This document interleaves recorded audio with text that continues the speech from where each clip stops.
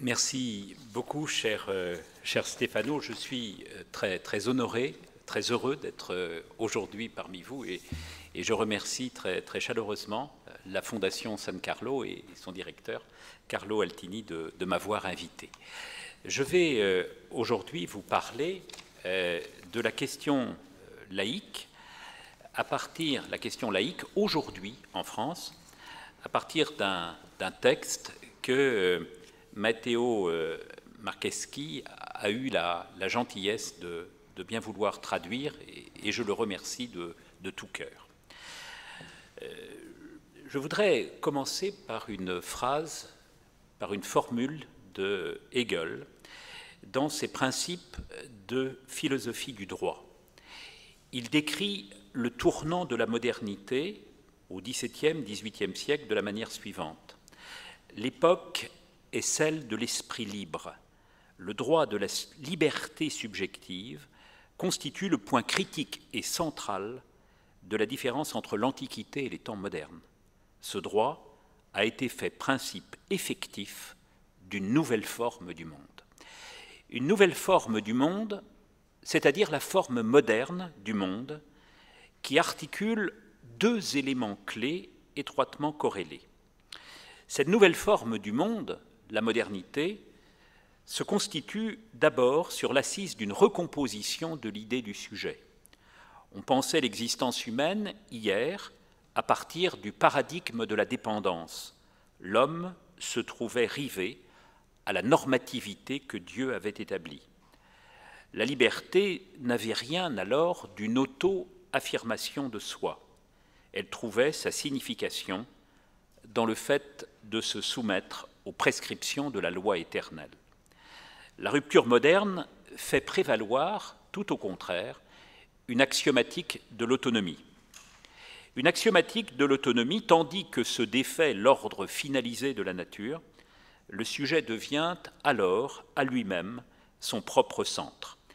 La philosophie des droits de l'homme exprime juridiquement ce tournant. Chacun se voit reconnaître des facultés premières, la liberté de croyance et la liberté d'expression, le droit de propriété et la liberté du travail, la liberté de circuler aussi, à partir desquelles il pourra construire son propre itinéraire d'existence. L'ordre moderne s'affirme ensuite sur l'assise d'une reconfiguration de l'idée du pouvoir. Le gouvernement s'inscrivait dans l'âge ancien des choses, dans la grande chaîne de l'être. Issu de la volonté de Dieu, il avait mission de conduire ses sujets sur le chemin du bien moral et du salut. Rien de cette politique de la vérité ne demeure dans la civilisation nouvelle. Tout se passe désormais comme si Dieu n'existait pas, et si Deus non daretur, selon la formule de Grotius. La loi de l'État, loin de toute référence à la bona vita, ne se donne plus pour viser que de poser les conditions de possibilité d'un exercice harmonieux, pacifique des droits de l'homme. La loi n'unifie plus les pensées et les comportements, la loi se satisfait simplement d'ordonner les innombrables pluralismes émanés de la société civile. Cette immanentisation de l'ordre social laisse une question en suspens. Quel statut accorder à la figure divine et aux églises qui en administrent le culte dans cet univers désormais livré à ses propres raisons? Les gouvernements modernes ont tenté de résoudre le problème en inventant ce qu'on appelle la solution laïque. Une solution laïque qui décrit un régime de droit marqué d'une part par le respect de la liberté de conscience, de la liberté publique de conscience, et d'autre part par l'affirmation de la neutralité morale de l'État. Les formes concrètes de ce dispositif qui articule liberté de conscience et neutralité de l'État dépendent de la signification attribuée, selon les lieux et selon les temps, ex loco et ex tempore, aux deux notions structurantes, liberté et neutralité, à l'instant signalées. En France, depuis la grande décennie révolutionnaire, depuis 1789, deux formes de sécularité juridique, deux formes de laïcité se sont succédées. Au XIXe siècle, c'est le système concordataire qui s'impose. Il octroie un statut officiel aux cultes catholiques, réformés, luthériens, juifs, ce qui leur vaut d'ailleurs d'être subventionnés par l'État. L'État y ajoute d'ailleurs une grande surveillance. Les cultes se trouvent placés sous le contrôle de l'administration. La Troisième République, à la fin du XIXe siècle, invente un autre modèle, qui est un modèle séparatiste et non plus concordataire.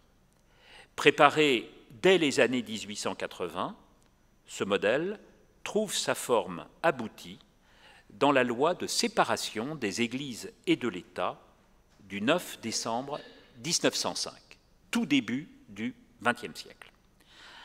Alors ce modèle séparatiste présente deux caractéristiques. D'une part, il privatise le religieux. Placés en dehors de la sphère de l'État, les groupements confessionnels se trouvent constitués en associations de droit privé, elles-mêmes laissées d'ailleurs à leur autonomie de fonctionnement. L'État refuse d'officialiser les cultes, l'État ne les surveille plus. Et puis de l'autre côté, le modèle séparatiste universalise le politique, refusant toute expression en leur sein de la particularité religieuse. Les institutions étatiques se placent au niveau de la raison commune. Il s'agit, expliquent les républicains, de placer la communauté politique et les citoyens qui la constituent en dehors de toute allégeance à l'autorité extérieure du religieux et notamment de l'Église catholique, alors rivée, selon l'expression du républicain Léon Gambetta, à une intransigeance tout à la fois syllabique et vaticanesque. Or, ce modèle de laïcité, le modèle séparatiste de laïcité, qui privatise le religieux et universalise le politique, ce modèle de laïcité s'est trouvé confronté, à partir des années 1970-1980, à l'expression de revendications identitaires. À l'expression de revendications identitaires, les promoteurs de ces revendications se sont attachés de manière assez inédite en France à faire valoir, jusque dans l'espace public, jusque dans l'espace étatique, leur identité religieuse. Comment l'État, tenu par le modèle universaliste de 1905, ce que j'appelle le modèle de l'égalité abstraite, comment l'État a-t-il réagi? Je voudrais montrer ici, dans le cadre de cette conférence, que l'État, au cours de ces dernières années, s'est engagé dans une transformation décisive de son système de régulation du religieux. Le modèle séparatiste, le modèle traditionnel de régulation du religieux en France, s'agençait autour du principe de séparation de l'institution politique et de l'institution religieuse. Désormais, ce modèle de régulation se construit selon un dispositif tout à la fois recognitif et perfectionniste, j'expliquerai ces notions plus loin, se construit selon un dispositif d'intrication, d'entremêlement, de coopération des deux instances. Cette reconfiguration, où se révèle la subsomption du régime de la norme sous le régime de la valeur, pour parler comme Jürgen Habermas, est le fruit d'une situation marquée par un déplacement des enjeux, par un renouvellement des discours, par une transformation des règles. Ce sont les trois points que je voudrais vous présenter successivement. Alors commençons tout d'abord par le déplacement des enjeux. La transformation de la laïcité française est liée à la transformation du religieux. Le conflit des deux France s'était apaisé dans les années 1960-1970, malgré quelques tensions autour de la question de l'école, autour de la question scolaire. La guerre des deux France s'était apaisée, la guerre de la France républicaine et de la France catholique, tout d'abord parce que, au plan quantitatif, le catholicisme, contre lequel s'était construite la laïcité française, montrait des signes d'affaiblissement. Près de 35% des Français assistaient chaque dimanche à la messe dans les années 1950. Le chanoine Boulard, grand statisticien de l'Église catholique, saisit déjà une diminution, en particulier dans les catégories les plus jeunes, dès le milieu des années 1960. Le déclin du catholicisme s'accentuera encore dans les années 1970. La pratique régulière ne concernera plus alors que 14% de la population en 1975. Aujourd'hui, seulement 3% de la population française assiste à l'office dominical. C'est dire qu'il y a eu, sur le plan quantitatif, un affaiblissement considérable de la présence catholique. Et puis, au plan qualitatif, le catholicisme, au cours des années 1960, à partir des années 1960, a révoqué la politique de l'intransigeance qu'elle avait construite après la Révolution française. Le catholicisme a fait droit, dorénavant, à la faveur des évolutions permises par les grands textes du Concile Vatican II, Gaudium et Spes, Dignitatis Humanae, au principe de la démocratie constitutionnelle. Cette reconfiguration ne pouvait que faciliter, du côté de l'État, une pratique d'ouverture, d'autant que les autres cultes, le culte juif, le culte protestant, persévéraient alors dans le tropisme, dans l'idéologie modernisatrice qu'ils avaient dessinée déjà depuis la Troisième République. À partir des années 1980, le religieux en France se recompose. Alors sans doute le mot de désécularisation, le mot de réenchantement employé par Peter Berger est-il excessif?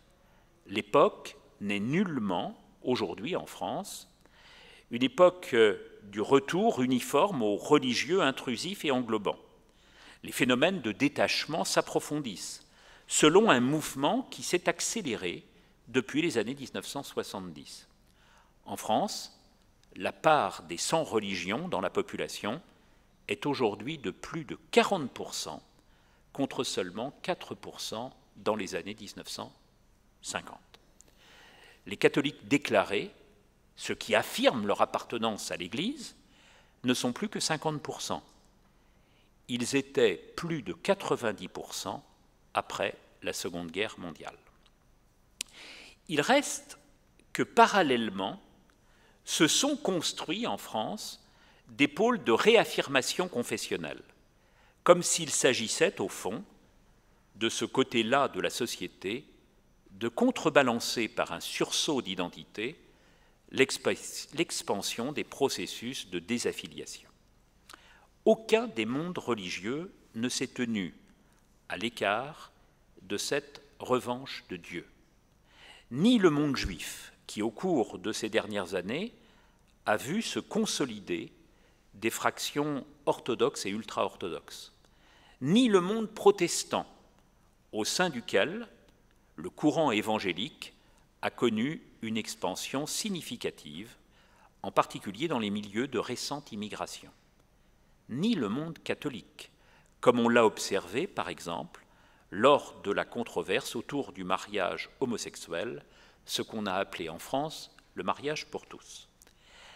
La même tendance marque l'univers musulman, et de manière bien plus visible socialement, parce que la population musulmane est en France numériquement importante, 6 à 7% de la population, parce que l'affirmation de son appartenance tranche davantage avec la culture d'une société demeurée attachée, sans même s'en rendre compte, à tout un corpus de gestes chrétiens.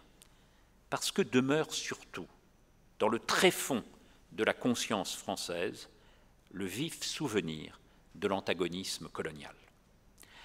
Ce sursaut musulman, ce revival musulman, dont on voit les indices dès la fin des années 1980, en particulier dans les jeunes générations mal intégrées ou qui s'estiment discriminées, s'exprime souvent dans le cadre de la sphère privée, où se sont développées la pratique de la prière, l'observance du jeûne lors du mois de Ramadan, le respect des obligations alimentaires, autour de la notion de plus en plus extensive en France du halal.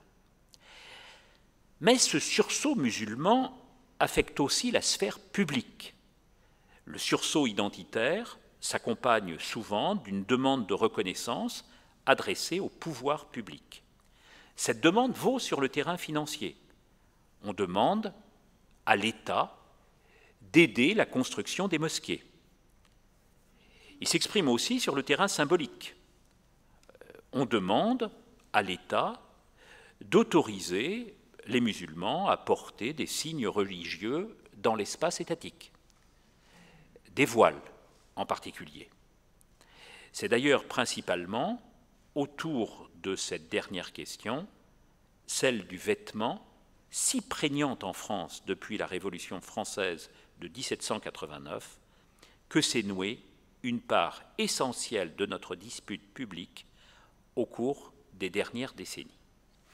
Sans doute faut-il ajouter que ces attitudes, à la structuration desquelles ont contribué toute une succession de groupements religieux installés dans les banlieues des grandes villes, ce qu'on a appelé les banlieues de la République, des associations comme le Tablir, comme le mouvement des frères musulmans, comme les groupes salafistes, sont portés fréquemment par une idéologie absolutiste.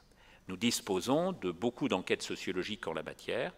Les populations concernées, en tout cas une partie d'elles-mêmes, accordent volontiers à la religion musulmane un privilège absolu de juridiction auquel s'adjoint une large défiance à l'égard des valeurs du libéralisme culturel et politique.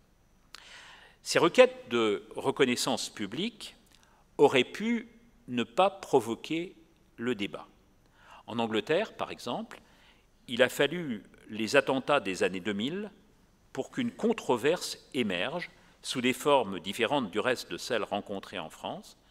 Ici, la dispute se construit dès la fin des années 1980, à partir de l'affaire des foulards portés par les jeunes filles dans les collèges, et en particulier dans un collège du nord de Paris qui s'appelle le collège de Creil.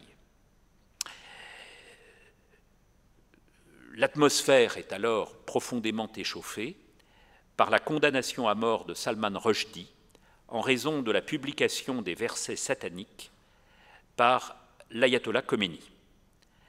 Elle porte d'emblée la controverse publique, à la fin des années 1980, au début des années 1990, sur la signification qu'il convient de donner au concept de laïcité. C'est une controverse qui émerge. Les décennies suivantes verront cette controverse s'approfondir, sous l'effet d'abord de l'importation sur le territoire national de la guerre algérienne dans les années 1990, sous l'effet aussi des attentats de New York, de Londres, de Madrid. Le terrorisme lié à Daesh dans les années 2010, avec pour point d'orgue les drames de Charlie Hebdo, de l'Hyper-Cacher, du Bataclan en 2015, renforcera encore, sur le fondement d'un questionnement autour du lien entre l'identité musulmane, la radicalité musulmane et le terrorisme musulman, la réflexion publique autour des modes de régulation étatique du religieux. Alors pour résumer l'idée, c'est qu'il y a eu en France une poussée de l'islam. Et c'est par rapport à cette poussée de l'islam que s'est construite une controverse autour de la laïcité. Et je voudrais maintenant essayer de vous présenter les discours, parfois des discours philosophiques, qui se sont construits autour de cette question de l'islam dans la société française. Comment répondre donc à l'épreuve que constitue pour la société la multiplication des revendications identitaires? Depuis le début des années 1990, les positions discursives dans le champ intellectuel s'agencent en France autour de deux grandes polarités, se plaçant d'ailleurs l'une et l'autre sous l'égide de l'idée de république. L'école multiculturaliste, qu'on peut appeler aussi l'école pluraliste, une école attachée à une laïcité inclusive, est encore dominante au début de la période, dans les années 1990. Elle est bientôt supplantée, bientôt dépassée, par l'école universaliste, qu'on appelle aussi l'école moniste. À partir des années 2000, l'école universaliste, l'école moniste, devient ou redevient dominante, avec le soutien d'une opinion publique qui est sans cesse plus défavorable en France aux requêtes musulmanes.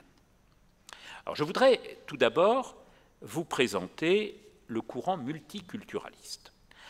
Porté dans les années 1990 par des figures intellectuelles comme Alain Touraine, Michel Vievorka, qui sont des sociologues, mais aussi Alain Renaud, qui est un philosophe, inspirés les uns et les autres par les travaux des Canadiens Charles Taylor et Will Kymlicka, le courant multiculturaliste se refuse à identifier la neutralité politique avec l'abstraction religieuse.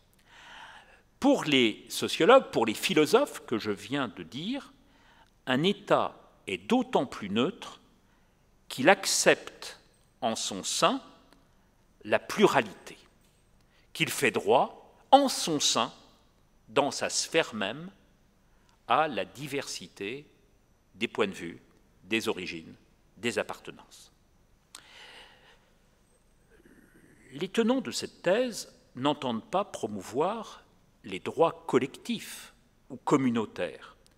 Leur projet est ici, bien plutôt, d'obtenir une reconnaissance du droit individuel à la différence. Deux raisons viennent justifier cette aspiration à une laïcité inclusive qu'on appelle aussi une laïcité de reconnaissance. D'une part, au plan philosophique, pour les auteurs que je viens de citer, Touraine, Vievorka, Renaud, il est dans l'ordre de la démocratie constitutionnelle que chacun puisse exprimer librement son authenticité, selon l'expression de Charles Taylor. Que chacun puisse exprimer librement son authenticité, pourvu que celle-ci, dans son déploiement externe, ne remette pas en cause les droits d'autrui ni l'ordre public.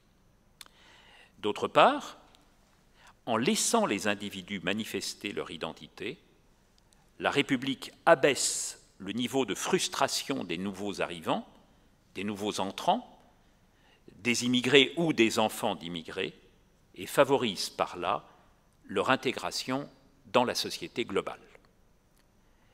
Cette ligne juridique, qui bouscule la séparation privée-publique, n'est rien d'autre d'ailleurs, ajoutent nos auteurs, qu'un prolongement des principes de la loi de 1905, dont l'orientation libérale, voulue par son concepteur, Aristide Briand, portait en germe déjà cette possibilité de reconnaissance, cette possibilité recognitive. Alors, ce discours est aujourd'hui porté, pour ceux qui la connaissent, par une essayiste comme Rokhaya Diallo, qui est l'une des fondatrices d'un groupe de réflexion et d'un groupe d'action qui s'appelle Les Indivisibles. Mais du côté des élaborations multiculturalistes, il y a lieu de faire place aussi aux positions plus inquiétantes développées par un parti politique, un nouveau parti politique, qui s'appelle le Parti des indigènes de la République. Le Parti des indigènes de la République, dont Ouria Bouteldja est la porte-parole. Ce groupe, créé en 2005, après le vote de la loi sur le port du voile à l'école publique, s'inspire volontiers de la pensée d'anthropologues installés aux États-Unis comme Talal Assad ou Saba Mahmoud. de facture holiste et non individualiste, son raisonnement débouche sur une ossification, sur une cristallisation des identités communautaires. D'une part, le Parti des indigènes de la République récuse notre laïcité présente, récuse la laïcité française dans laquelle il voit une expression du pouvoir blanc. La singularité de la laïcité, nous disent les militants du Parti des indigènes de la République, est de remettre en cause le caractère englobant de la religion que la personnalité musulmane place au cœur de son imaginaire. Cette privatisation marquait déjà l'éthique coloniale, l'État continue de l'imposer, comme on l'a vu avec la législation sur le voile intégral en 2010. Pour les indigènes de la République, la laïcité française ne serait rien d'autre qu'une opération de domination coloniale contre les populations immigrées nouvellement installées. D'autre part, le Parti des indigènes de la République défend l'idée d'une autonomie des groupes subalternes. Pour ce qui a trait à la communauté musulmane, il convient, affirment les militants de ce parti, de faire droit à la structure de sens qu'il a définie sans chercher à lui imposer les catégories restrictives venues du seul Occident. Cette idéologie décoloniale, qui anime aussi le collectif contre l'islamophobie, amène le groupe Douria Boutelja, le Parti des indigènes de la République, à récuser la liberté de blasphémer, à récuser la liberté de caricaturer des personnages saints, au motif que cette caricature nie le système islamique de la figuration. L'opposition de ce courant à Charlie Hebdo a été relayée par des journalistes comme Edoui Plenel, d'une agence de presse qui s'appelle Mediapart. Elle procède de cette analyse dont on voit qu'elle réduit le sujet à n'être que l'expression d'une culture qui l'englobe, sans souci d'établir des ponts entre les différents groupes constitutifs de la société. Les Blancs d'un côté, les musulmans de l'autre, sans qu'il y ait de relation entre ces deux parties constitutives de la société française.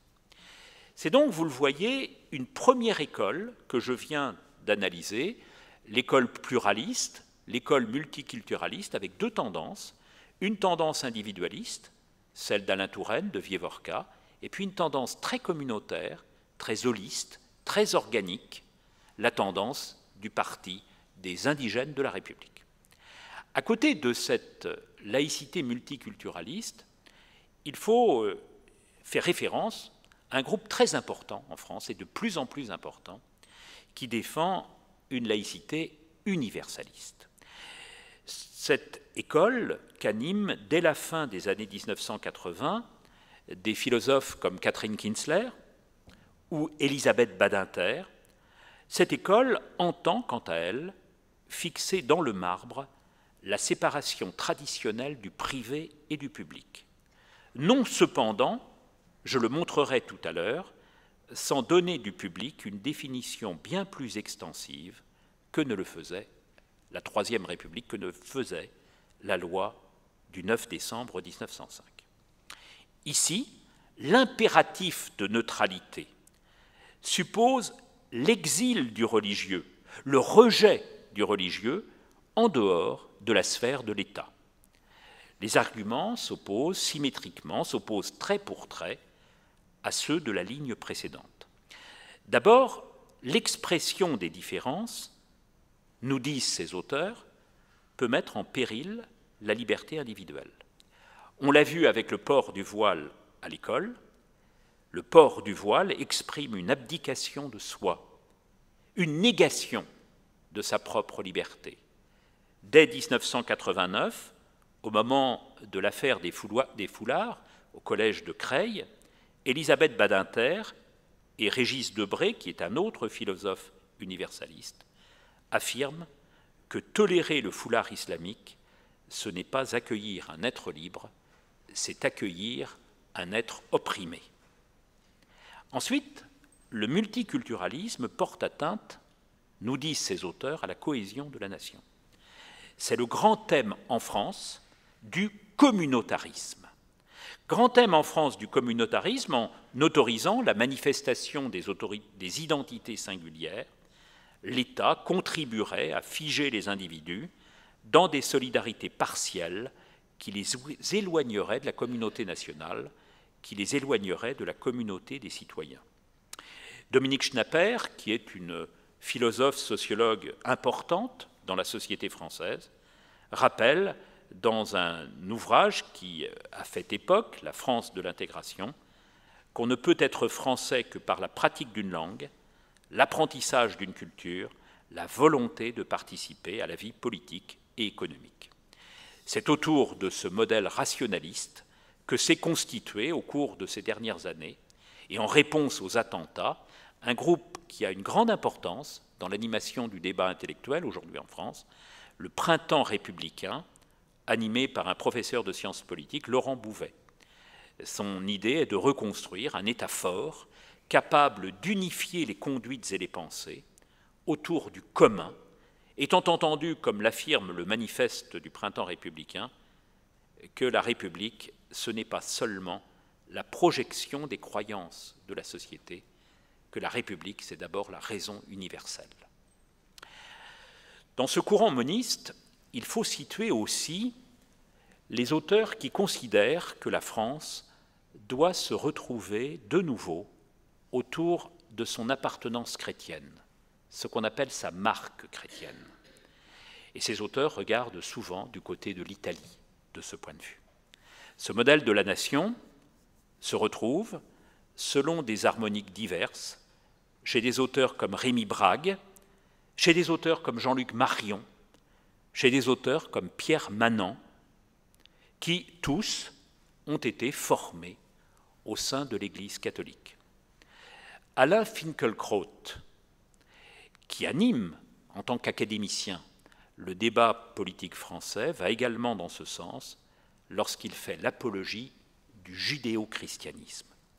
Cette tendance s'exprime de manière plus abrupte, mais non moins efficace, dans les textes d'acteurs politiques comme Philippe de Villiers, qui a écrit un ouvrage intitulé « Les cloches sonneront-elles encore demain ?», marquant la hantise du développement de l'islam dans la société française, ou d'Éric Zemmour, qui parle du suicide français par le fait d'accueillir des immigrés musulmans. Les tenants de cette thèse se rapprochent de l'école républicaine en défendant le principe d'une politique restrictive à l'égard des revendications musulmanes. Ils s'en distinguent cependant par le fait que, rapportant la France à son identité chrétienne, à son identité religieuse, plus qu'à sa provenance rationaliste, ils se montrent davantage favorables à la reconnaissance des prérogatives des religions traditionnelles, le catholicisme, le protestantisme et le judaïsme, en excluant la religion musulmane. Alors comment la sphère politique s'est-elle articulée avec la sphère intellectuelle? On peut dire que le multiculturalisme holiste, celui des indigènes de la République, a peu essaimé dans la sphère politique, sauf à l'extrême gauche, du côté d'un mouvement qui est dirigé par Jean-Luc Mélenchon, qui s'appelle la France insoumise. Mais le succès de ce multiculturalisme holiste, les indigènes de la République, est un succès très limité. Au cours de la période récente, la laïcité recognitive, inclusive, la laïcité de reconnaissance de Touraine, de Vievorka, d'Alain Renaud, que j'évoquais tout à l'heure, cette laïcité-là a pu inspirer des acteurs comme le socialiste Lionel Jospin dans les années 1990 ou Emmanuel Macron, le président de la République française aujourd'hui. La laïcité rationaliste, celle d'Elisabeth Badinter, de Catherine Kinsler, du Printemps républicain, cette laïcité rationaliste a inspiré Manuel Valls, par exemple, ou Jacques Chirac, qui a été président de la République il y a maintenant une quinzaine d'années. La laïcité identitaire, celle qui insiste sur les racines chrétiennes de la France. Cette laïcité identitaire a beaucoup marqué Nicolas Sarkozy, beaucoup marqué aussi la dirigeante du Rassemblement national, la dirigeante du Front national, Marine Le Pen. Alors ces deux derniers camps, la laïcité rationaliste, la laïcité identitaire, passent souvent alliance en France. En avril 2018, il y a 2 mois, un manifeste contre le nouvel antisémitisme, dont les islamistes des cités seraient les porteurs, en donne une bonne illustration. Ce manifeste contre les musulmans portait les signatures de Nicolas Sarkozy, de Chantal Delsol, de Laurent Wauquiez, qui défendent l'identité chrétienne de la France, mais ce manifeste anti-musulman portait également les signatures de défenseurs de la laïcité rationaliste, de défenseurs de la raison universelle, comme Elisabeth Badinter ou Manuel Valls. Vous voyez qu'en France, il peut y avoir une alliance entre des groupes catholiques et des groupes rationalistes dans un rejet commun de la présence musulmane. Quand du côté d'Emmanuel Macron, nous sommes davantage ouverts à la présence des musulmans dans une articulation avec les autres groupes religieux. Alors, je viens d'évoquer la transformation des enjeux, la poussée de l'islam. Je viens d'évoquer la transformation des discours, une lutte, un conflit en France, entre d'un côté ceux qui rejettent l'islam et qui veulent constituer une laïcité universaliste, tantôt marquée par le rationalisme, tantôt marquée par le judéo-christianisme, et ceux qui veulent s'ouvrir à la présence des immigrés musulmans, et qui défendent une laïcité de reconnaissance. Alors, tout le problème est de savoir comment le droit, comment la règle juridique s'est transformée à la faveur de cette controverse. La sociologie des disputes publiques, la sociologie de la délibération, montre qu'une controverse ne se résume pas à n'être qu'un simple échange d'arguments. Une controverse porte aussi une efficacité performative. À mesure qu'elle se déploie, à mesure qu'elle se déroule, une controverse, une délibération en vient, sous le regard arbitral de l'opinion publique, à redistribuer les positions de pouvoir et de là à permettre l'invention de nouveaux dispositifs juridiques. Un historien, sociologue français, Christophe Prochasson, écrit les choses de la manière suivante: la controverse a un rôle créateur et ordonnateur, elle est une étape dans la construction d'un espace social et culturel toujours instable. Et c'est bien ce que nous avons rencontré dans la société française. C'est bien ce qui est advenu. Sous l'effet de la montée en puissance de l'école moniste, tout à la fois rationaliste et identitaire, universaliste et judéo-chrétienne, la laïcité, sans remettre en cause tous les dispositifs recognitifs hérités des années 1960-1970, en les accentuant même sur certains terrains, s'est réorientée dans le sens d'une multiplication des surveillances à destination en particulier de la religion musulmane. Alors, le schéma de la reconnaissance, qui naît dans les années 1960-1970, se maintient en France. Lui sont associées des politiques distributives. En contradiction avec ses règles premières, la République s'est engagée depuis 1959 dans un financement massif des écoles privées, sans préjudice pour leur caractère propre, qu'elle n'a cessé de consolider depuis lors. La République n'a pas hésité à accorder des garanties d'emprunt et des subventions indirectes aux associations cultuelles, aux églises.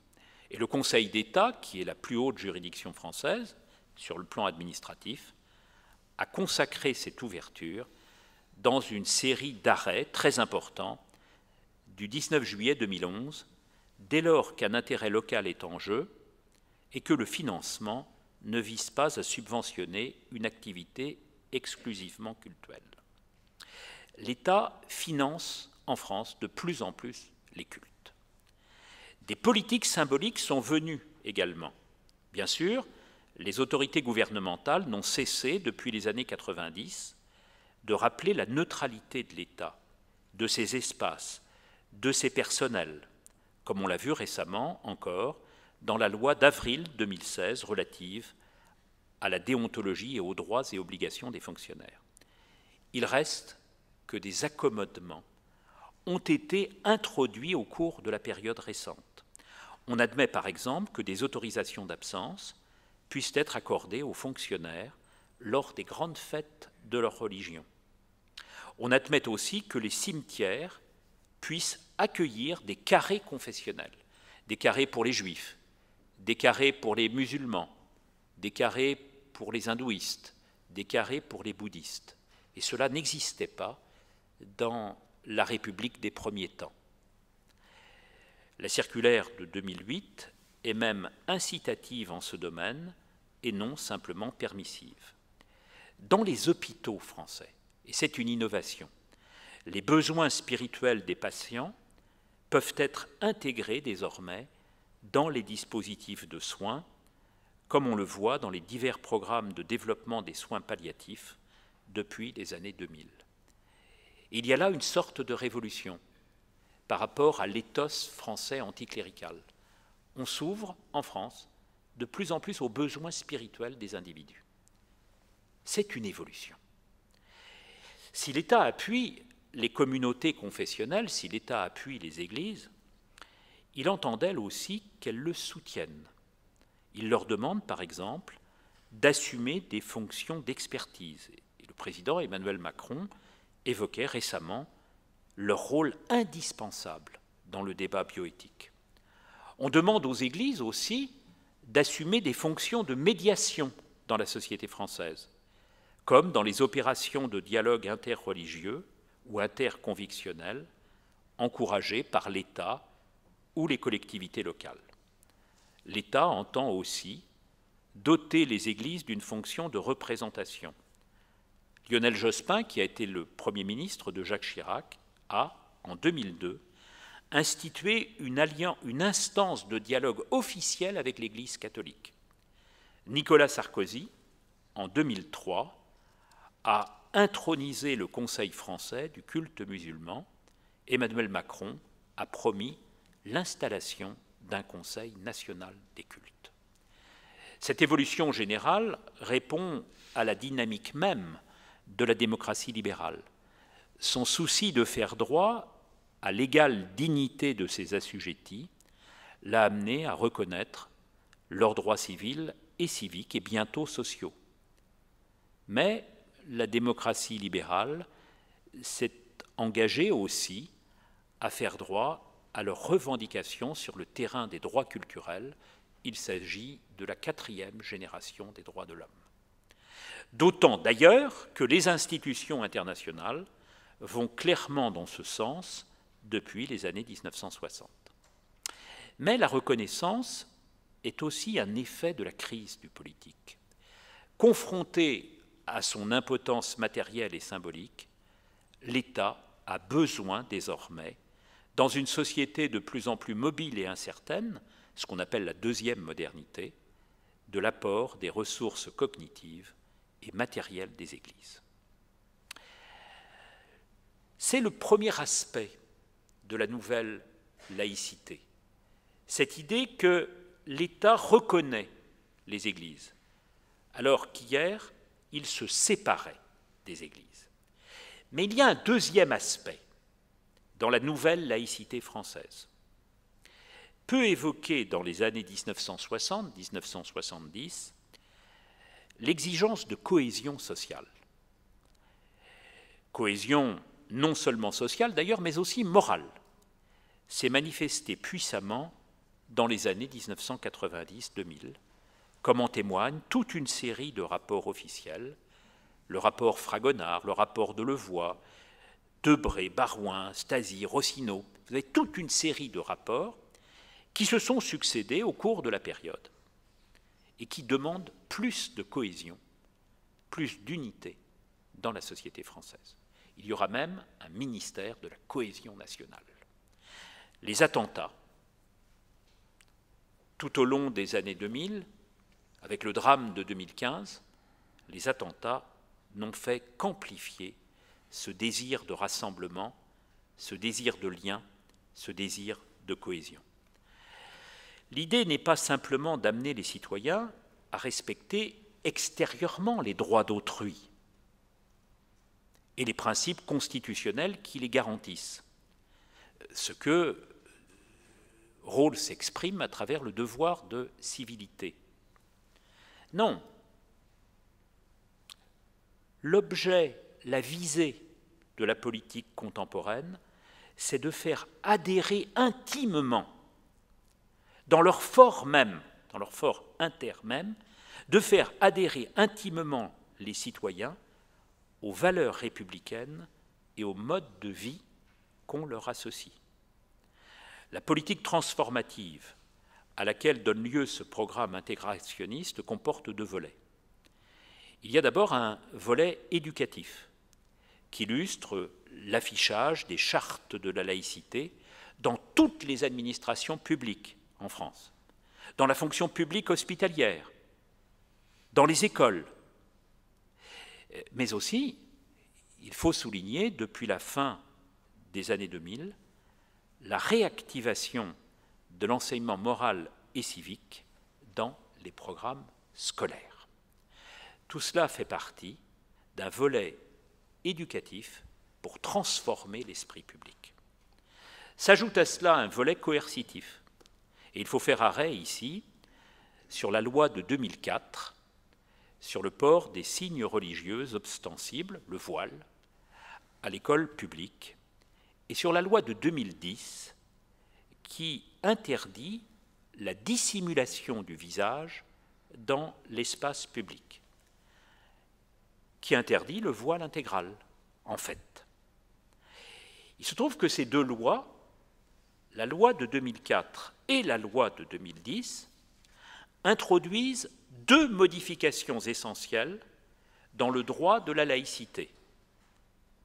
Des modifications qu'on trouve de même dans la loi travail de juillet 2016 et dans toute une série de propositions de loi visant à proscrire le port des signes religieux à l'université et même le port des signes religieux dans les rues, sur les voies publiques.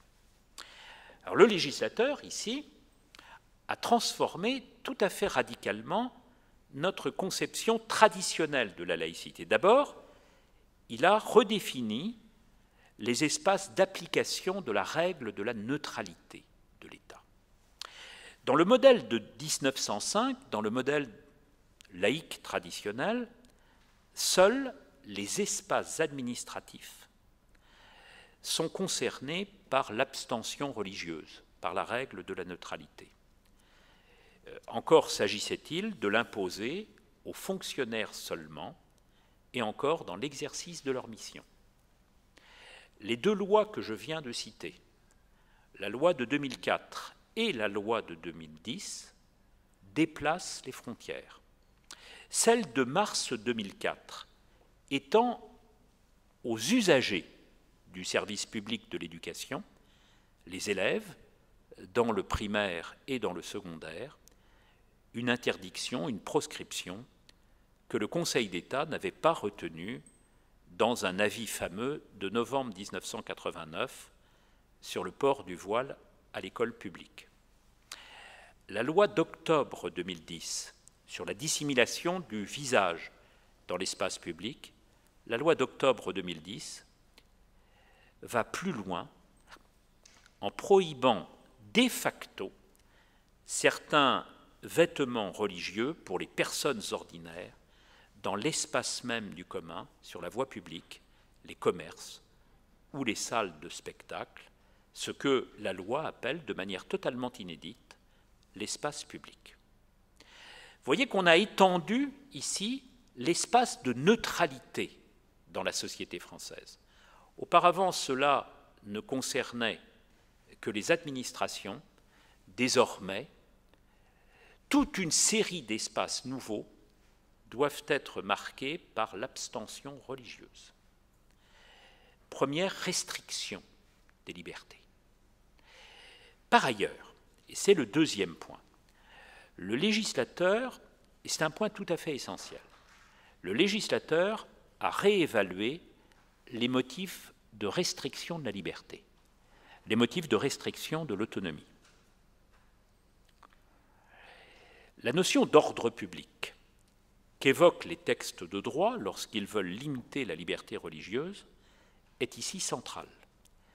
Les autorités politiques, le législateur et le juge, l'avaient investi, cette notion d'ordre public, d'une signification matérielle originellement, en la renvoyant à des éléments objectifs, la sécurité, la tranquillité, la salubrité. On voit que l'autorité politique la dote désormais, cette notion d'ordre public, d'une valeur complémentaire, d'une valeur immatérielle, en la rapportant de plus en plus à un modèle substantiel de comportement lié, selon l'expression du Conseil constitutionnel, aux conditions du vivre ensemble.